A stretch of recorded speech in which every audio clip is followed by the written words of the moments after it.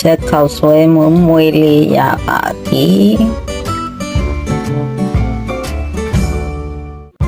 စီတက်ခောက်ဆွဲလုပ်ဖို့ချက်တောင်ဒီစီတက်ကြော်မယ်ချက်တောင်ဒီလေးကိုပါပြီးတော့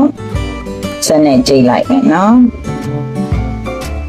စီချက်ခောက်ဆွဲတဲ့စီချက်ကြော်ရဲဆိုတော့စနွင်းတော့ထင်းမကြော်ဘူးဒါကဝစီပဲကြော်ထားရဲစီနဲ့ကြော်လိုက်တယ်အဲ့ဒါဆိုရင်စီနာပုံမွေးရနော်ချက်တောင်ယူစီချက်ကြော်လေးရပြီနော်ချက်တောင်မိတ်လေးတွေစိတ်ထားမယ်ဒီချက်ခောက်ဆွဲလှုပ်ရှားဖို့အတွက်အခုဒီခောက်ဆွဲကိုပြုတ်မယ်နော်ရင်းနှီးစုလာရင်ခောက်ဆွဲထည့်မယ်ဆွဲလေးတွေစုလာပြီနော်ခောက်ဆွဲကအရန်ကြာရောပြုတ်เสียမလို့ဘူးခောက်ဆွဲ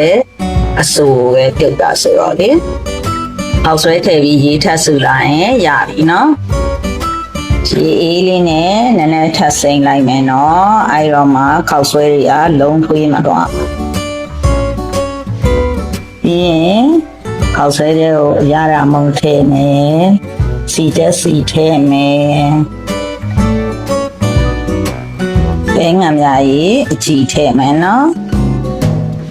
ပြီးရင်ဒုတ်ထိုးချက်ထားတဲ့ဟင်းရည်လေးထည့်မယ်အသားပြုတ်ထားတဲ့ဟင်းရည်ပါနည်းနည်းထည့်မယ်နော်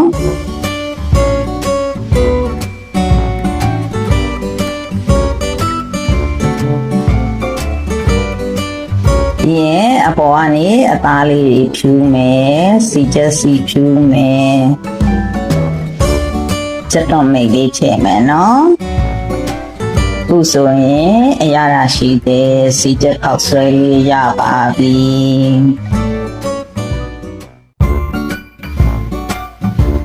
စားကြပါအောင်ရှင်